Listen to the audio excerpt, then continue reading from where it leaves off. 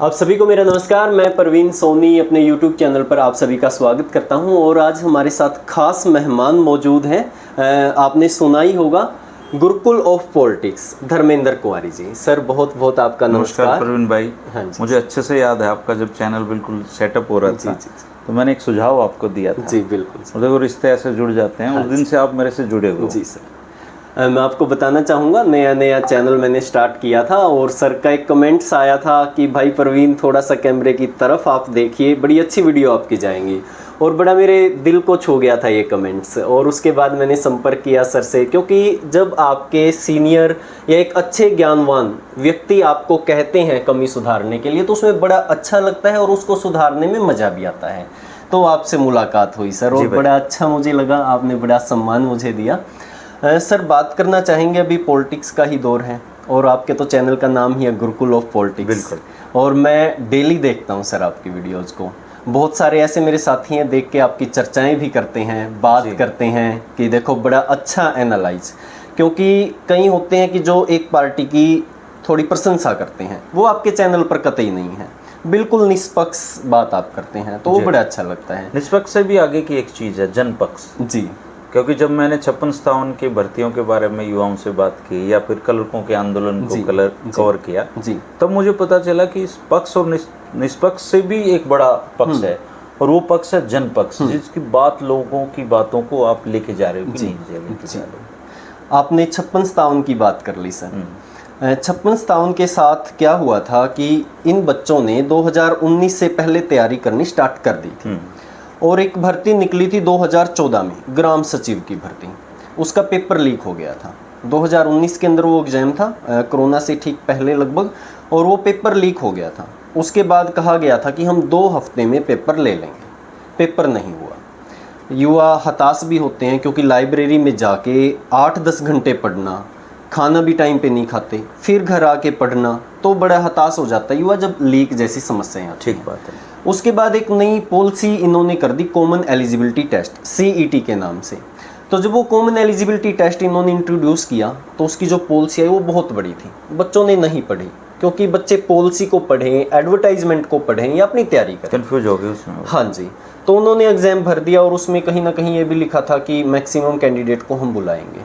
तो बच्चों ने सोचा कि ये क्वालिफाई करना है, बस 50 नंबर लेने हैं, कर लीजिए। उन्होंने उस 50 नंबर लेने के उससे अपनी तैयारी की और 50 नंबर से प्लस ले लिए क्योंकि क्वालिफाई 50% का था। और जो चीज़ आप भी इस चीज़ को जानते होंगे कि जो क्वालिफाई होती है, जो चीज़ क्वालिफाई ही लिख दिया, तो जिसने क्वालिफाई कर लिया उसको मौका देना चाहिए। इन्होंने नहीं दिया, इन्होंने पॉलिसी का हवाला दिया और कहा कि 4 गुना को बुलाएंगे। तो भी कहीं ना कहीं जो यूथ है उसने समझौता किया और अपनी तैयारी करके जो सेकंड फेज था एग्ज़ाम का उसमें अच्छे अंक लिए। होता क्या है सर कि पहले दिन 57 का पेपर था, ग्रुप नंबर 57 क्लैरिकल पोस्ट का, अगले दिन 56 का था, कोर्ट से ये हुआ था। और 57 के जितने भी क्वेश्चन थे 100 क्वेश्चन, उसमें से 41 क्वेश्चन पहले दिन भी आ गए और सेम अगले दिन भी आ गए। अब मैं आपसे जानना चाहूँगा, ऐसा संयोग होना कि पहले दिन के क्वेश्चन सारे अगले दिन आ जाना, क्या कभी आपने सुना है? 41 क्वेश्चन। देखिए 56-57 के युवाओं से मैं मिला हूँ और उनके आंदोलन को भी मैंने बहुत गहराई से देखा है जी। मेरे ख्याल से उन बच्चों की पीड़ा का अगर 1% भी सरकार उनको संजीदा होती तो अभी तक उनका कोई ना कोई विचारों का समाधान निकलता। लेकिन अगर आप इस सरकार का ओवरऑल कार्य प्रणाली देखो तो ये सरकार 2 बातों के लिए जानी जाती है। हरियाणा में ये सरकार कहती कि हमने नई परंपराएं खड़ी की हैं, पर्ची खर्ची नौकरियों में बंद कर दी, हमने ईमानदारी से नौकरियां देनी शुरू कर दी जी। युवाओं के रुझान को देखते हुए, कोचिंग सेंटरों को देखते हुए मुझे काफ़ी हद तक ये बात सही भी लगती है। लेकिन मुझे लगता है कि भर्ती की अनियमितताओं की अगर कोई रिपोर्ट बने तो सर्वाधिक हरियाणा उससे पीड़ित मिलेगा, युवा पीड़ित मिलेंगी। एक भी भर्ती इनकी ऐसी नहीं है जो कोर्ट में ना अटकी हो, जिसमें खामियां ना हो। तो 56-57 के जो युवा हैं उनकी सबसे बड़ी जो ग्रीवेंसेस ये थी कि उनको अपना पैसे से वकील खड़े करने पड़ रहे हैं कोर्ट में। जो सरकार के पैसों से जो एजी काम कर रहे हैं, जो इतना बड़ा इनका डिपार्टमेंट है लीगल का, वो फोकट में तनख्वाह खा रहे हैं जी। तो आप प्रदेश के एक तरफ तो हजारों लाखों युवाओं को आप सड़क पे संघर्ष के लिए मजबूर कर रहे हो, दूसरी तरफ आप कह रहे हो कि हमने पर्ची खर्ची बंद कर दी जी। आपने पर्ची खर्ची बंद कर दी, बहुत अच्छी बात, हम उसके लिए आपको साधुवाद देते हैं। लेकिन आपने पर्ची खर्ची बंद करने के साथ साथ युवाओं की जूतियां घिसवा दी, उनकी उम्मीदों पे आप बिल्कुल खरे नहीं उतर पाए। और यही वजह है कि पूरे हरियाणा में बीजेपी के खिलाफ एक सेंटिमेंट युवाओं में दिखाई देता है, उन युवाओं में भी जो बेचारे बहुत जी तोड़ मेहनत करके नौकरी हासिल करना चाहते हैं। आपने वकील की बात कर दी यहाँ पे, और मैं आपको बताना भी चाहूँगा, बात जब चली है, बेरोजगार होता है सर, बेरोजगार का मतलब होता है पैसे नहीं है, बड़ी मुश्किल से अपनी पढ़ाई कर रहे हैं, उसके बावजूद पटवालिया नाम से एक वकील है, इन्होंने युवाओं ने इकट्ठा हो, पटवालिया को खड़ा किया, बहुत महंगा वकील है वो, 8-10 लाख का वकील, और इन्होंने पैसे इकट्ठे कर करके, चंदा इकट्ठा कर करके इसलिए किया कि सरकार पैरवी नहीं कर रही। अब आपके जहन में ये भी जाएगा सरकार पैरवी नहीं कर रही है जी तो बैठा है, तो मैं आपको बताना चाहूँगा उस दिन कोर्ट रूम पूरा भरा हुआ था, सबको ये उम्मीद थी आज तो सरकार हमारा मामला निपटा ही लेगी और हमारी पैरवी करेगी। उस दिन जज साहब ने एक बात कही कि आपने तो, सरकार ने 25 रुपये फीस ही जमा नहीं करवाई। सारा कोर्ट रूम भरा हुआ, बच्चे गए हुए रेवाड़ी साइड से। ये कितना मतलब कितना भद्दा मजाक है युवा के साथ ये। और इससे युवा पे क्या असर पड़ा सर? इस पे युवा बड़ा हताश है। हताश इतना है, बेरोजगार बारात निकाल रहे हैं। बिल्कुल बारात निकाल रहे हैं। करनाल में आपने देखा होगा, अभी भिवानी में बारात निकाली है। और ये तो मतलब 56-57 की भर्ती है, इसके अलावा भी आप चाहे ग्रुप ए की भर्तियां देख लो, चाहे ग्रुप बी की भर्तियां देख लो, इनके एचपीएससी के ऑफिस में सेक्रेटरी पकड़े गए, अनिल नागर जी। हाँ, मतलब हाँ, और वो भर्ती पूरी होती है, देखो खास बात होती है, भर्ती पूरी करवाने वाला जेल में, और जिन लोगों के रोल नंबर तक बताते हैं कि उस टेबल पे मिले, उनका सिलेक्शन तक होते हैं। मैं आपको बताना चाहूँगा सर, कंप्यूटर साइंस की भर्ती, ये भर्ती निकलती है 2019 में, पीजीटी कंप्यूटर साइंस की भर्ती।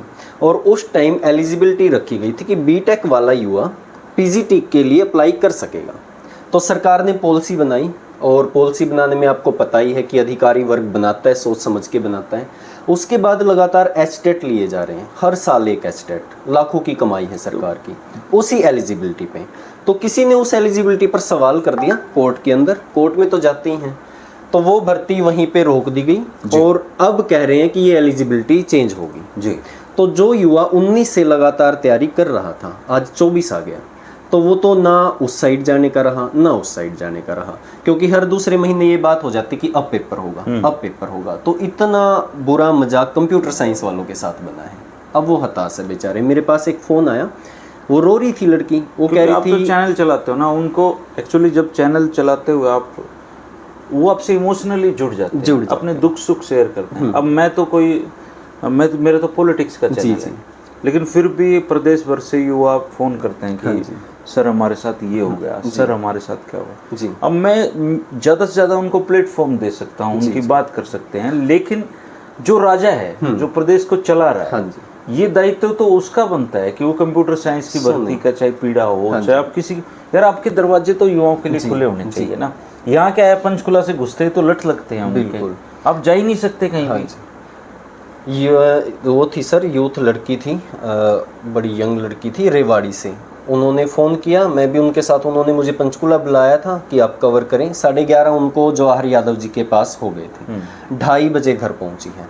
सिर्फ इसलिए गई थी कि हमारी बात सुने, और अभी तक कुछ नहीं हुआ होगा, नहीं हुई, कुछ भी नहीं हुआ, सुनी भी नहीं गई। ऐसे तो लाखों युवा हैं जो सपना संजोए हुए हैं। अब मैं एक आपको छोटा सा एग्जाम्पल बताऊँ तो डीपीआरओ की भर्ती हुई जी।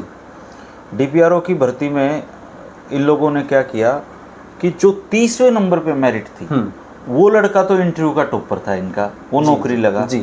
और जो चौथे नंबर की मेरिट वाला था, उसका सिलेक्शन नहीं हुआ, उसके इंटरव्यू में कम नंबर आए। ये एचपीएससी का हाल है, एचपीएससी का है।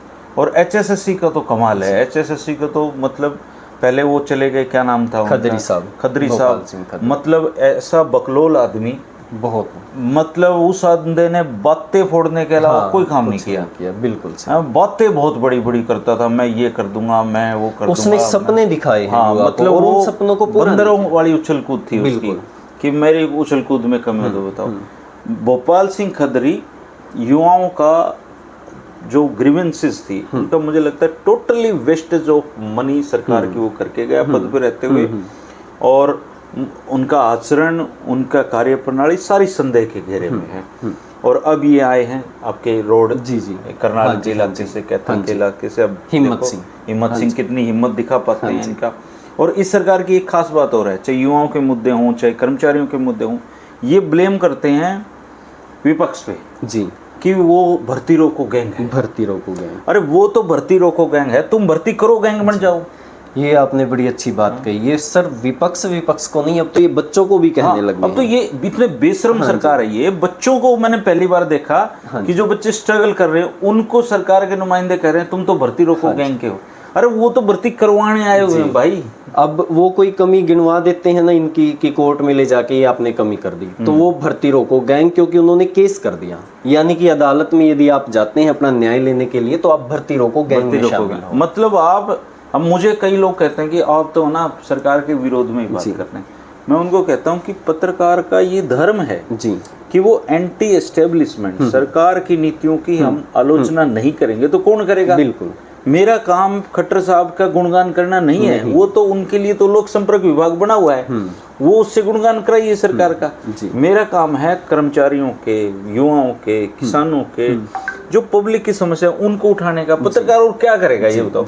अब मैं खट्टर साहब का गुणगान करूं, भर्तियां रुकी और मैं कहूं भर्तियां बहुत होगी, भर्तियां बहुत होगी, ये ठीक बात नहीं है। नहीं, मैं मैं उनकी तारीफ करता हूं कि कम से कम उन्होंने हरियाणा में सांस दिखाया कि ईमानदारी से भर्तियां की। लेकिन की कितनी आप ऐसा कोई सिस्टम खड़ा कर पाए। अब सीटी है, बेरोजगार तो यार हर साल ही तो बढ़ रहे हैं। बिल्कुल, पूरे देश में बेरोजगारी में हरियाणा नंबर 1 हुआ है खट्टर साहब के शासनकाल में। तो आपने बेरोजगारी को कम करने के लिए भर्तियां कितनी मात्रा में दी जी। आज भी पद कॉलेजों में आप चले जाओ, असिस्टेंट प्रोफेसर के कितने पद खाली हैं? सारे खाली हैं सर, सारे ही खाली। उन भर्तियों का क्या रहा? अभी बताना चाहूँगा सर, मैं माफ़ कीजिए मैं आपको बीच में रोक रहा हूँ। खट्टर साहब ने ट्वीट किया था लगभग 4000 वैकेंसी के लिए कि हम, पिछले साल की बात हो गई 22 की, कि अभी हम एक भेज रहे हैं और अभी एक रिक्विजिशन को भेज देंगे, 4000 पद। अब आप ये सोच के देखिए सर, असिस्टेंट प्रोफेसर कॉलेजों के अंदर और 4000 पद खाली पड़े हैं और भर नहीं रहे सर। उसके लिए मैं आपको बताना चाहूँगा कि इतने ज़्यादा युवा असिस्टेंट प्रोफेसर के लिए तैयारियां कर रहे हैं पीएचडी में। सबसे पहले यदि भर्ती होनी चाहिए तो वो असिस्टेंट प्रोफेसर की होनी चाहिए। उसका भी एक कारण है क्योंकि युवा पीएचडी कर लेते हैं, 42 एज का एक क्राइटेरिया, बेचारे की यार उम्र गुजर जाती है 38 साल का युवा, और उनमें से बहुत सारे अनमैरिड हैं। बिल्कुल, तो वो अगर मान लो उसको नौकरी मिली बेचारे को जाके 42 में 43 में, उसने आज फार्म भरा 3 साल बाद मिली, 45 में क्या शादी करेगा, कैसे बिल्कुल बच्चे बुढ़ापे में कैसे बच्चे होंगे। मैं बताना चाहूँगा सर आपको कि असिस्टेंट प्रोफेसर की जैसे फाइल होती है, रिक्विजिशन की file DH department of higher education ने तैयार करनी होती है। वो तैयार किसने करवाई? बच्चों ने जाके जी हमारी कर दो फाइल, हमारी आगे भेज दो, हमारी 10 साल से वैकेंसी नहीं आई असिस्टेंट प्रोफेसर की। वो वहाँ से फाइल चली जाती है सीएस ऑफिस में। सीएस ऑफिस के चक्कर काट के थक गए हैं, साइन हो चुके हैं, वो फाइल टेबल पे पड़ी है। करना क्या है कि उस फाइल को उठा करके डीएचई भेजना, डिपार्टमेंट हायर एजुकेशन। वो फाइल उठ नहीं रही होगी, वो पता ही नहीं, ट्रेन लानी पड़ेगी उसके लिए। इतनी बार युवा जा चुके हैं, प्रोफेसर जाने लग गए हैं, कॉलेज के प्रोफेसर जाने लगे कि आप स्टाफ को भर्ती कीजिए। एक्चुअली मुझे इस सरकार की ये पॉलिसी लगी, एक तो जो खट्टर साहब ने जो कुछ कहा था वो युवा साथी भी समझ ले कि खट्टर साहब की जो कहने की जो एक्सपायरी डेट थी वो हो चुकी है जी। उन्होंने जो कहा था अब उसके कोई मायने नहीं है, क्योंकि अब हरियाणा प्रदेश के सीएम हैं नायब सैनी जी, और नायब सैनी ये बात मानने को तैयार नहीं है कि वो सीएम हैं। सुपर सीएम मनोहर लाल जी हैं, लेकिन मनोहर लाल जी पे कोई संवैधानिक जिम्मेदारी नहीं है। तो अब तो ना सीएम ना सुपर सीएम, कोई काम नहीं आ रहा युवाओं के। और अभी ये इलेक्शन खत्म होंगे, आचार संहिता खत्म होगी, उसके बाद 3 महीने बाद आचार संहिता दूसरी लग जानी है, तो सरकार टोटली इलेक्शन मोड में आ चुकी है। तो मुझे तो नहीं लगता कि अगली सरकार के बनने तक कोई भर्तियां होने वाली हैं, किसी भी प्रकार की नहीं होंगी। फिर भी आवाज़ उठाते रहिए, मतदान का प्रयोग करिए। मतदान का प्रयोग अब की बार युवा बिल्कुल करेगा, और युवा ने एक बात ठान ली है। मैं अभी एक बड़ा चैनल है ललन टॉप, उस पर भी एक वीडियो देख रहा था, उस लड़की ने बड़ी अच्छी बात कही कि हम बीजेपी ने बेरोजगार बिठा दिए, अब की बार हम बीजेपी को बेरोजगार कर देंगे। क्लर्क की ये बात करें, हाँ जी, प्रदेश के क्लर्क ने 45 दिन तक हड़ताल की। बिल्कुल हरियाणा के इतिहास में पहली बार हड़ताल हुई, मैंने कवर की। अच्छा, इन लोगों ने क्लर्कों को खून के आंसू रुलाए जी, और आज उनको कुछ भी नहीं मिला। आज कुछ नहीं। वो इनके खिलाफ वोट करने जा रहे हैं। उन कलरकों के खिलाफ दुष्यंत चौटाला बोले थे, दुष्यंत चौटाला खुद कौशल निगम में भर्ती हो गए। बिल्कुल अब बारी इनकी है जी। ओपीएस को लेके बहुत बड़ा आंदोलन कर्मचारियों ने किया, बहुत बड़ा, वो सरकार के खिलाफ जा रहा है, युवा इनके खिलाफ और कर्मचारी इनके खिलाफ, दोनों बड़े सेगमेंट को ये सरकार संतुष्ट नहीं कर पाई। और इस जो वोटिंग प्रतिशत होगा आप देखना, इसमें आपको फर्क दिखाई देगा। इसमें बिल्कुल फर्क होता है सर, क्योंकि एक युवा लगता है गांव में तो पूरे गांव में एक ढिंडोरा सा पिटता है कि उसका लड़का बिना पैसे दिए लग गया, तो पूरा गांव ये सोचता है कि मेरा भी लग सकता है, मेरा भी लगा, वो लग किसी का रहा नहीं। और वो मुझे हैरानी की बात इसलिए लगती है कि बीजेपी सरकार इसको देख नहीं पा रही कि एक भी युवा को नौकरी देख रहे हैं। एक्चुअली क्या है, सरकार चलती है लीडरशिप से। जी। अगर प्रदेश का मुख्यमंत्री मजबूत होगा तो वो एचपीएससी को, अब ये कहने को तो संवैधानिक संस्थाएं हैं लेकिन इनको अपॉइंट तो सरकार ही करती है, बिल्कुल ये सरकार की आदमी होती है। जी। कानून क्या कहता है वो अलग चीज है। अगर वो एचपीएससी के एचएसएससी के चेयरमैन को बुला के कहे कि 3 महीने का टाइम है तेरे पास, 3 महीने में अगर ये सारी चीजें लाइन अप कर सकता हो तो ठीक है, नहीं तो 3 महीने बाद इस्तीफा दे दियो। बिल्कुल भाई साहब 3 महीने में सारे काम हो जाएंगे, सब जो कोर्ट में अटकी है वो भी निकल सब जाएंगे, कुछ हो जाए, रिजल्ट भी आ जाएगा, जो भी आ जाएगा 3 महीने में। जी। आप वो एक दिन का सीएम वाली बात है ना, किसी ढंग के आदमी को बना के देखो। अगर 3 महीने में युवाओं की ये सारी बातें पूरी ना हो जाए तो सरकार ढीली होगी तो सब कुछ ढीला चलेगा, जी। सरकार मजबूत होगी तो सब कुछ मजबूत चलेगा। जी, बड़ा अच्छा कहा आपने, और सरकार पे ही डिपेंड करता है ये। और अभी आगे जो इलेक्शन आ रहे हैं विधानसभा की, मैं युवाओं से बात करता रहता हूँ, कुछ ग्रुप भी हैं हमारे युवाओं के, उसमें मैं जुड़ा हुआ हूँ, मैं उनकी प्रतिक्रिया देख रहा हूँ, वो बीजेपी के बिल्कुल एंटी टाइप हो चुके हैं कि हम बीजेपी को क्या करेंगे यार, रोजगार चाहिए। अभी कल ही एक हैशटैग चलाया था कि no vote no job, no job no vote, कि हम वोट भी नहीं देंगे। और ये वही युवा हैं, मैं बताना चाहूँगा कि एक बीच में कुछ महीने पहले इन्होंने खट्टर साहब को ये कहा था कि आप हमारी भर्ती कीजिए, हम हर घर में कार्यकर्ता दे देंगे आपको, बीजेपी का कार्यकर्ता, हम कार्यकर्ता बन जाएंगे। लेकिन कोई गौर नहीं अब देंगे कोई। आप इस सरकार के खिलाफ बहुत बड़ा सेंटीमेंट है जी। आप ये देखिए कि 10 साल मुख्यमंत्री रहने के बाद करनाल जैसे शहर में जी मनोहर लाल खट्टर को उंगलियों पे पसंद करने वाले लोग जी। ऐसा क्यों? जी, क्योंकि अगर इन्होंने किसी का भला किया होता, पुण्य कमाए होते तो आज ये दिन देखने नहीं पड़ते। जी, आपने भर्तियों पे बहुत अच्छी बातें कही हैं और आपने करनाल का जिक्र कर लिया। मैं खुद भी करनाल से हूँ और करनाल लोकसभा क्षेत्र को बड़ा बारीकी से देख रहा हूँ क्योंकि मेरा लोकसभा क्षेत्र भी है। तो मैं आपसे भी जानना चाहूँगा कि आपका क्या नज़रिया है, क्या आप देख रहे हैं, कौन लीड में रहने वाला? देखो ऐसा है, वहाँ पे चुनाव तो फाइट में है जी, और वहाँ लीड की अगर बात करें तो मनोहर लाल जी मेरे ख्याल से जीत तो जाने चाहिए जी। लेकिन वहाँ पे सबसे रोचक बात जो देखने की वो ये होगी कि करनाल विधानसभा है, उसमें उनको नायब सैनी से ज़्यादा वोट आते हैं या कम वोट आते हैं जी। क्योंकि अगर कम वोट आते हैं तो सीधा सीधा है कि करनाल के लोग ये बताना चाह रहे थे कि मनोहर लाल खट्टर जी आप हमें बिल्कुल पसंद नहीं हो, लेकिन हम चूंकि हमारा सीएम बन रहा है तो हम आपको आप उनको वोट दे रहे हैं, लेकिन आपको हराने के लिए हम वोट कर रहे हैं। क्या ये सच में करनाल की जनता कह रही है कि हम मनोहर लाल जी आपको पसंद नहीं करते? मैं करनाल जाता रहता हूँ, मुझे ऐसा लगा कि मनोहर लाल जी के खिलाफ शहर में बहुत बड़ा वर्ग एक ऐसा है जो मनोहर लाल जी को पसंद नहीं कर रहा। सुमन सैनी जो नायब सैनी जी की पत्नी है, उन्होंने हाथ पांव जोड़ के लोगों को मनाया है, लेकिन वो मनोहर लाल खट्टर के लिए नहीं मना पाई, खुद के लिए मना पाई।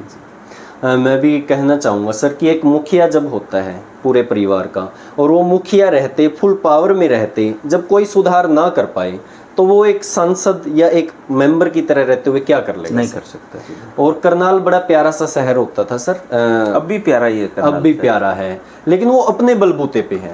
करनाल में कोई मुख्यमंत्री रहो, करनाल को कोई फर्क नहीं पड़ता। जी जी बिल्कुल। करनाल अपनी एक गति है करनाल की, क्योंकि हाईवेज पे जितने भी शहर हैं उनको तरक्की के लिए सरकारों के मुंह नहीं देखने पड़ते, वहाँ की नेचुरल एक तरक्की होती रहती है।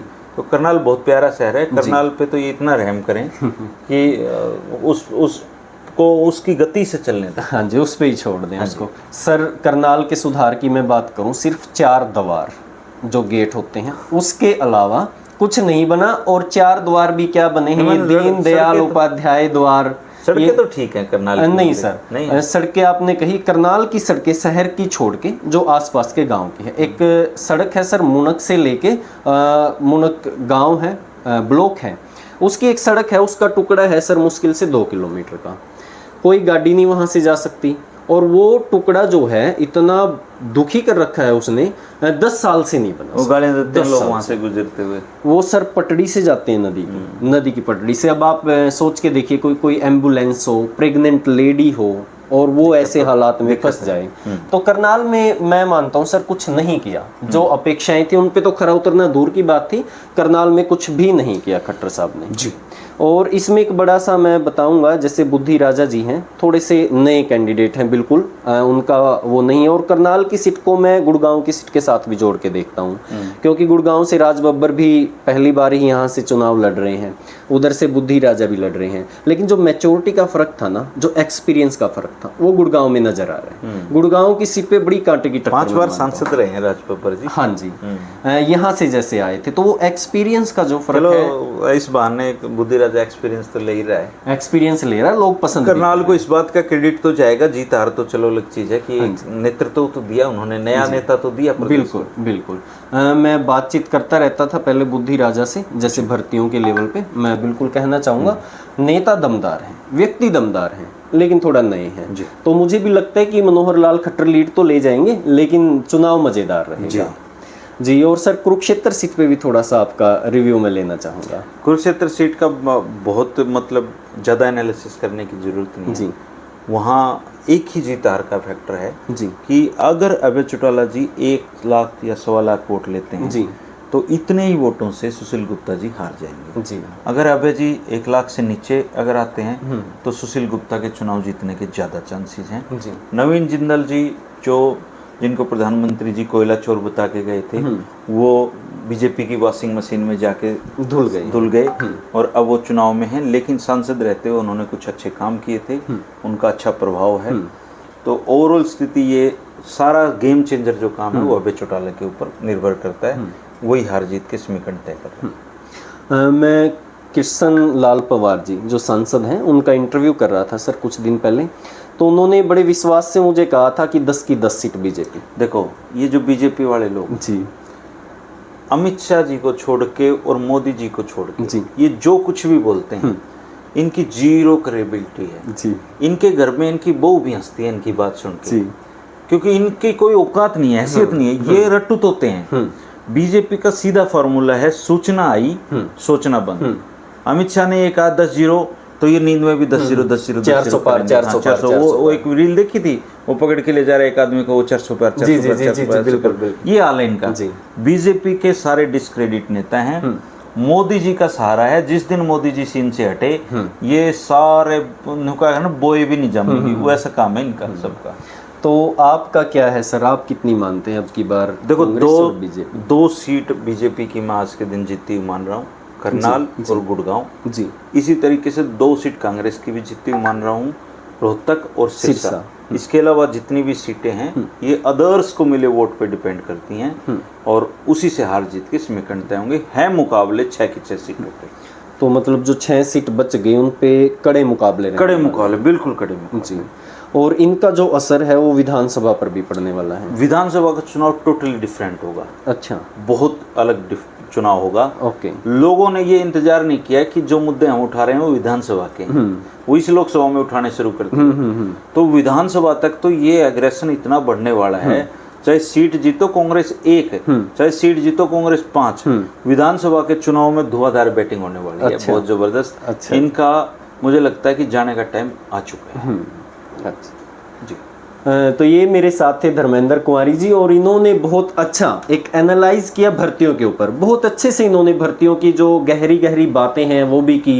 इन्होंने हालात भी बताए कि जो युवा हैं उन पर क्या बीत रही है और वो किस पक्ष में है। तो तमाम ये सारी बातें की और राजनीतिक बातें भी यहाँ हमारी हुई हैं, और बड़ा ही अच्छे तरीके से मैं इसको विश्लेषण कहूँगा, बहुत अच्छी एक बातचीत कहूँगा। तो सर आपका भी बहुत धन्यवाद मैं करना चाहूँगा। आप इतनी दूर से आए, मिले, मुझे तो अच्छा लगता है भाई मिलते हैं। तो आप सब, आपके जो दर्शक साथी हैं सबको बहुत शुभकामनाएं। और आप प्रतियोगी परीक्षाओं की तैयारी करते हैं तो मैं परमात्मा से दुआ करूंगा कि आप सबको अपनी मंजिल मिले, आप सारे भाई नौकरी लगो, अपना अच्छा परिवार पालो, अच्छा कर्म, अपने पद का दायित्व ठीक से निभाना बहुत ज़रूरी है जीवन में। आपके सबके सपने पूरे हों, आप सब अच्छी नौकरियां लगो, आप सब अच्छे हरियाणा के नागरिक बनो, इस देश के कंट्रीब्यूशन में योगदान दो और समाज और सोसाइटी के लिए कुछ करें, ऐसी मैं दुआ करूंगा। परमात्मा आप सबको सफलता प्रदान करें। बहुत अच्छा लगा और आपकी जो भी राय है, बड़ा अच्छा मैसेज दिया सर ने। तो जो भी आपकी राय है वो कमेंट बॉक्स में मेंशन जरूर कीजिएगा। आप सभी का धन्यवाद। नमस्कार।